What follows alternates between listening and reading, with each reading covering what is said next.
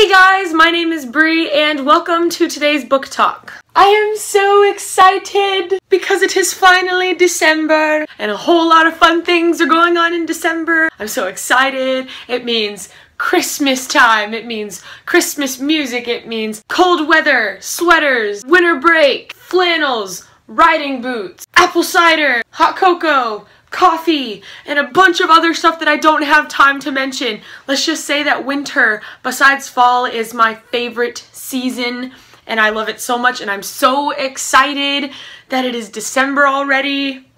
I'm getting a little pumped. So for this video today, I am going to be doing a book review over the very intense, amazing read that I just finished, and that book is Crooked Kingdom by Leigh Bardugo. Holy crap, this book was so good! Oh my gosh. I can't even explain how good this book was. This took me so long to read. I mean, it was ridiculous because, you know, I have school and stuff going on, so I have a bunch of homework all the time, and then I have work like 3 days a week, and, you know, it's really difficult for me to have time to read, but I read this in maybe like, I think 2 weeks, which is kind of really good for me. I know for like all of you readers out there who are like super into reading and can finish a book in like one sitting, you're like, 2 weeks, that's nothing.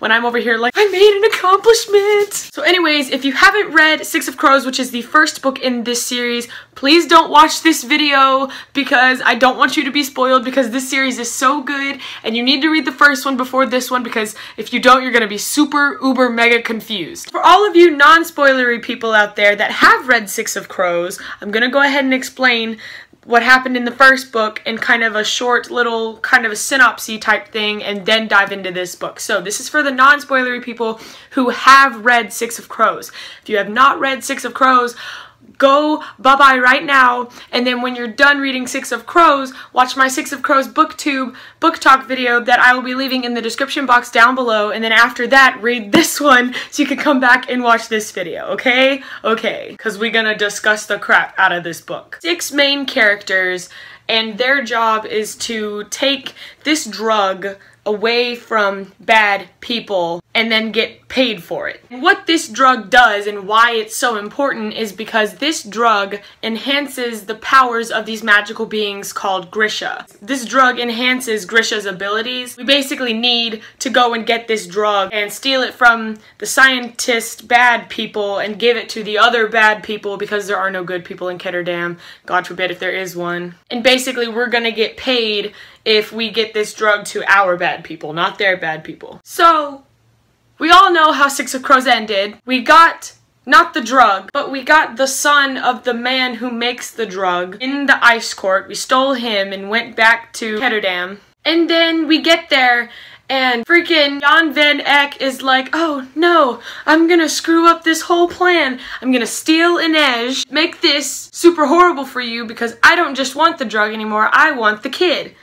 And of course, like, Kaz Brecker is like, oh, hell no, we're not doing that. So he takes Inej, they don't get paid, and all hell's about to break loose because Kaz is like death incarnate and I wouldn't want to cross him. So Jan Van Eyck has another thing coming. I feel bad for that man at this point. I mean, I only kind of do because he's a douchebag. So anyways, at the end of Six of Crows, Inej was taken and we all freaked out, and then this book comes along. So in Crooked Kingdom, we start off and like we've got Kaz and Wylan and Jesper and Nina, and they're all in this gambling place.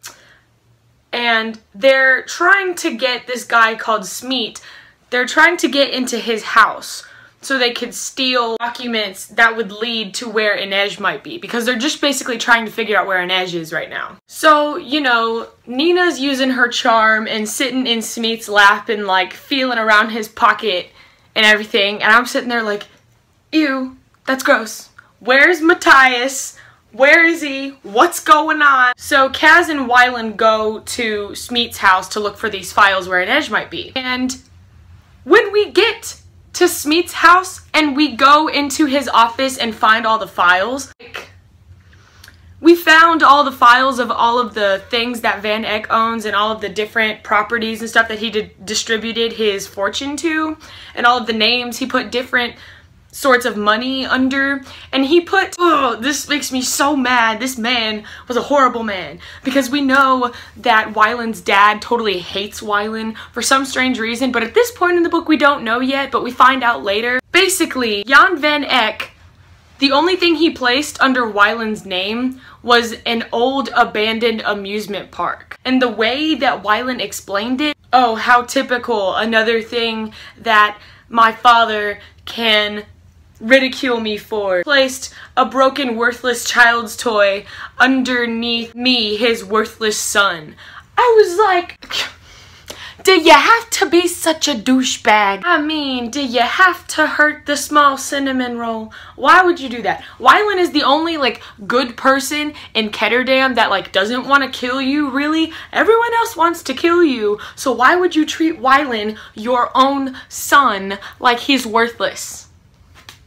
Because you're a jerk. Matthias and Nina were actually a thing this time, and I was so happy because in the first book, you know, they kind of like, I mean, obviously at first Matthias like tries to kill Nina multiple times, but we skip their backstory and how Matthias and Nina, like, when they were, you know, they were trying to figure out about each other, you know, like Grisha versus the Ferden soldier, and their backstory was super cute. And then, you know, we didn't really get a whole lot of Nina and Matthias romance scenes, but then this book happened and it was like, holy crap, they're like hugging and holding hands and they're being affectionate and and Matthias is showing that he has feelings, like, what? So that was really neat. Oh my gosh, and then we meet Jesper's dad. Jesper's dad sounded so cool. I mean, he sounded really kind of laid back and sweet. I don't know, he felt very like comfortable, like a very comforting character, and kind of like that perfect parental role for these 6 people, because I mean, like, we gotta keep in mind that they're like 17, 18, 19. I mean, you know, they're basically teenagers and young adults. Like, I was totally thinking Jesper's dad was gonna be super bitter towards Jess for leaving and everything and, you know, becoming the way that he was. But Jesper didn't exactly tell him that he became a sharpshooter. So when those beans spilt, I thought it was gonna be like, oh, okay, Jesper's dad don't like him anymore. But it really wasn't, you know, he was really understanding, and I thought that was so cool. I loved their little bonding scene in the middle when Jesper had to explain everything to his dad. Oh my gosh, the freaking scenes where Inej is being like tortured and everything by Van Eyck, that was horrible. He like threatened to break her legs. Don't hurt Inej, don't do it! But then, like, you know, we get to the scene where apparently Kaz has stolen Van Eyck's wife, his pregnant wife, and he writes this little note that says like 3 o'clock on Godmed Bridge with her knives, and I was like, oh, Kaz has done it again! And I totally got like the feeling of like, if you've ever watched iCarly, it's like that iCarly episode where Gibby and Freddie are about to fight, and he's like, meet me behind the gym at 4:02. I just thought that was really funny. And then of course, like, we get to the trading bridge, and, you know, Inej is given back to Kaz, and the wife is given back to Jan van Eyck, but then it turns out that Van Eyck brought the whole Stad watch with him. Like, what are you doing? So it was all just a trick, and of course, like, all 6 of them are all freaking out because they're like, oh crap, there's a third party involved, because everything started blowing up randomly. There were explosions that were not Wyland's explosions, just kind of going off. I'm sitting there thinking, like, holy crap, like, maybe they planted extra bombs and they, like, went off by mistake. Like, maybe Wyland made a mistake. No, Wyland didn't make a mistake. There's a third party. And my first thought, I even wrote it down in my note in, like, all caps. I was like, Grishas! And then you get, like, these metal people with wings, and I was like, JK, totally not Grishas. And they're like throwing bombs at these people and trying to shoot them and everything, and they're not dying because they're made of metal. So I'm thinking, okay, maybe they're made by Grishas. Maybe there were fabricators that made these people, because they're shoe people that we find out later. Oh, and then Nina comes in, and Nina was awesome and takes the gun and is just like, pew, like shoots that one in the face, and it like goes through her skull and everything. I mean, that was a very graphic, kind of gory scene, but It was kind of awesome. And then when they're like trying to think of a way to get back at Van Eck for, you know, like ruining their lives and not paying them and everything, because they still want their money. Even if it's just like 4 million Kruge, they still want their money. And like apparently Kaz has sold like the Crow Club and all of his shares at Fifth Harbor, basically just trying to make it look like he doesn't want it anymore when in reality he really does. And then like nobody pays attention to Kuei. I hope I'm pronouncing that name right. Probably not, but it's Kuei. And they're all just like, Kuei's like, oh, but I helped. And Wyland's like, I mean, he did. And Kaz is like, we'll make him a plaque. And apparently Wyland comes up with this thing called a wivel. And it's basically acid that eats away at sugar and basically everything else. And Nina still wants to save these other Grisha that have been or are potentially threatened by the shoe winged people. And Nina's like, well, unless you help the Grisha in the middle of this plan, like, I'm not gonna help you. And then Kaz is like, fine, we don't need you. And then Inej was like, but you need me now, don't you? And Kaz was like, okay, fine. Oh my gosh, okay, so we finally got a piece, a tiny, tiny, tiny little sliver of my ship, the Kinej ship, and Kaz is like checking on Inej and making sure that she's okay, and I loved it so much. I was like, oh, that's so sweet. Oh, it was so good. We keep getting these scenes where Nina and Matthias are together and we're trying, you know, to go and kind of fix up our plan and put the weevils in the sugar to melt them to ruin Van Eck's empire unless he pays them. Then, like when Matthias and Nina are walking down the street and that old lady calls Matthias whatever that word is for a barbarian, and he gets all mad, and she's like, it's not a bad thing, it's just kind of a sexual thing. And Nina has to explain to Matthias what the barbarian and princess thing is. Oh, that scene was all kinds of awkward. And then it's all a trap. We can't get one good scene of Nina and Matthias without having them run into problems. What the heck?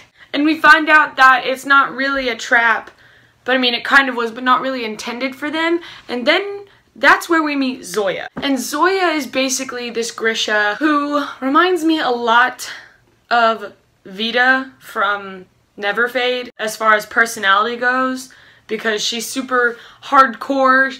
She's a super hardcore Grisha, and she's very sassy and has a big attitude, and she really does not like Matthias because he's a Ferdin. And then immediately after that chapter, we get another chapter where Wyland is explaining how much of a little bitch that freaking Van Eck is towards Wyland. You really have to be so horrible because your kid can't read. And he lies to Wyland and says that he's gonna send him to this school. So he gives him these papers in an envelope that are like, here are your enrollment papers. But of course, Wyland can't read them, so he doesn't even bother to open the envelope. He sends him on this little boat to go to this school, and the people try to kill him.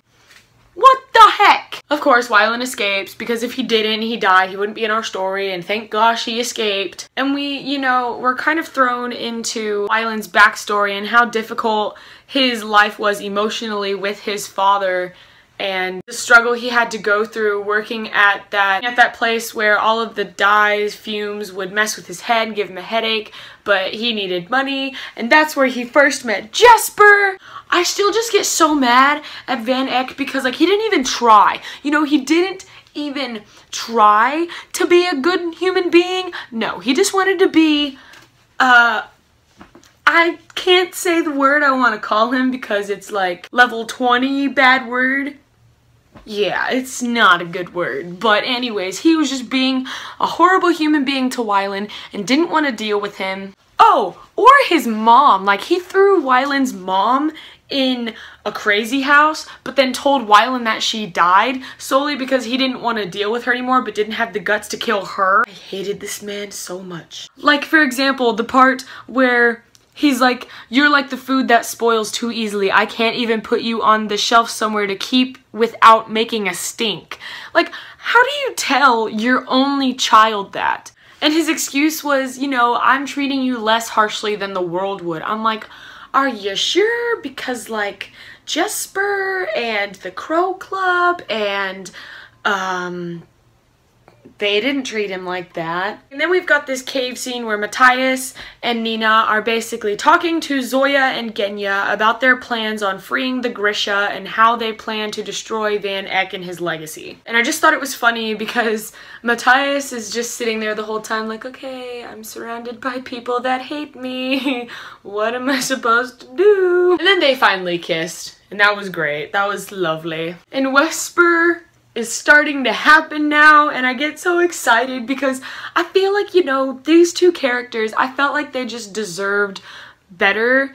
And I feel like, you know, these two characters were perfect for each other because Wylan is so sweet and innocent, and he deserves somebody who's been on the other side of the spectrum. And Jesper, being the sharpshooter that he is and having all of his gambling problems, he's totally on that other side of the spectrum. And it's just, it's so heartwarming to see that, you know, these two characters, they grew together, and Jesper made Wylan better, and Wylan made Jesper better, and it's just relationship goals, guys. Seriously. And I'm gonna be totally honest, I really enjoyed how, you know, Leigh Bardugo put a gay relationship into this story, a homosexual relationship into this story, because I feel like that tends to be excluded and, you know, kind of just thrown out of the equation, like in some YA or contemporary novels. Like, people just don't even think about real world situations. Like, I feel like that's what makes this story more kind of, I don't want to say relatable, but it's more, it grabs you more because there are people who read this that might be lesbian or gay or bi or whatever, I mean, and they can read this and see, oh, okay, somebody has accepted my, you know, like the person that I am, the people that I am categorized with. And I really, really liked that.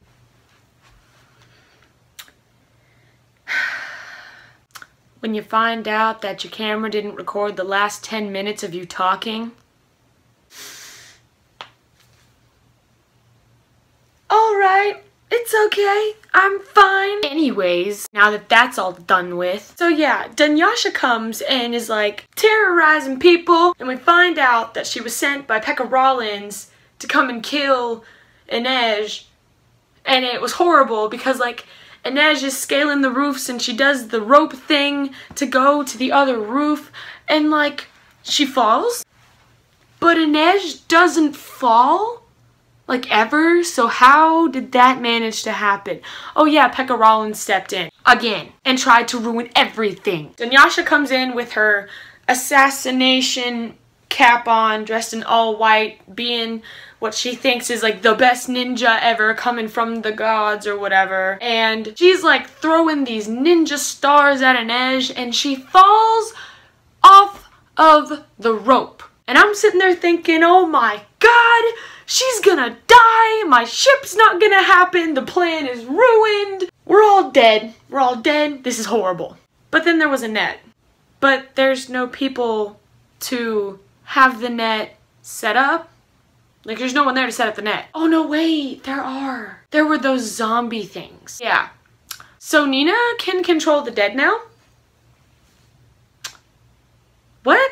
It just kind of came out of nowhere too. She was like, oh, I feel this reverberation pulsing through me when I'm around dead people. And I was just like, what? And Nina's just like, okay, y'all go and save Inej. And they're all just like, okay. And they go and help her, and they go and lift up the net, and everything's hunky-dory, even though she's covered in scars and bruises. You know, a couple pages later, Inej is fine. We go back to the hotel, and we clean Inej up, and Kaz and Inej have their little moment where they're talking to each other, and everything's fine, even though it's not fine, because my ship hasn't technically happened yet. Because they're about to auction off Kuei. They're gonna auction him off to these people and be like, yo, if you want the son of the person who created the drug and he's a shoe, go ahead and take him, but you gotta pay a price. But then, like, the dregs, Kaz's own gang turns on him and they're like mocking him and stuff, and Kaz is like, it's okay, I'll give myself up. What? no, the main character cannot give themselves up. I don't care. Ugh, that's not gonna happen. That should not have even been like a thought, but it was, and I panicked and I closed the book and had to collect myself because I was like, if Kaz loses, what am I gonna do? And of course, like, freaking Jesper and Kaz are like griping at each other the whole time and throwing down, and then, like, you know, Papa Fahey had to come in and be like, stop it! And Jesper's dad comes in, he's like, Jesper Llewellyn Fahey, stop that right now! I thought it was funny how Wylan was like, someone stop them! And Nina and Inej is like, well, Kaz hasn't used his cane yet. And Inej is like, Jesper hasn't shot him. Well, they're fine, we don't need to intervene. And then freaking Jesper thinks he sees Wylan at the piano, so he goes and he kisses Wylan, but it wasn't Wylan, it was Kuwei. And then, ugh, I mean, like, he's sitting there talking to himself, or thinking to himself, you know, this just doesn't feel right. This feels wrong. I can't, this is, no. And then he pulls away, and Wylan looks all confused, and just was like, what? Do they not kiss where you're from? And Wylan turns around from behind Jesper and is like, well, I wouldn't know.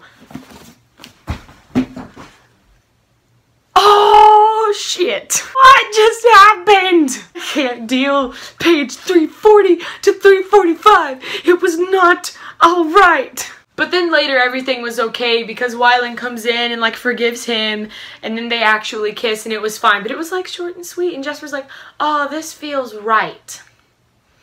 Well, if it didn't feel right the first time, you should have stopped. And the very end comes, and we finally get to auction off Kuwei, except we auctioned him off to somebody who couldn't actually afford to be auctioned off. Basically, Kaz goes and ruins Van Eck because the name that they gave Jesper's dad was a fake name that was created by Kaz's brother's actual name.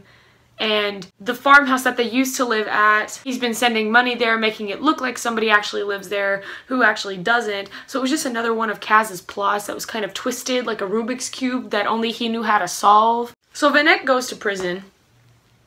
Like, that's it. That's all that happens to this horrible bad man that screwed around with everything. And Pekka Rollins just goes back to his little farmhouse because Kaz played that horrible trick. Like, Kaz has done some pretty bad stuff, but this was horrible. Like, when Kaz told Pekka that he buried his son alive in a coffin and planted a little black flag as to saying, like, where he was, and of course, like, he wasn't actually there. And then, you know, we get to the very end, and Matthias dies. What? He just gets shot in the middle of the bidding, and he's just dead. Like, there's no chapter summing it up, there's no explanation. That's the only thing I didn't like about this book, was how rushed I felt like Matthias's death was. Like, I was really, really upset when he got shot. And then it was just kind of like, poof, he's dead. And I don't know if that's because of the whole, like, no mourners, no funerals type thing, which, I mean, if it is, then it's a good job for sticking with the saying, but I don't know, I wanted more from that.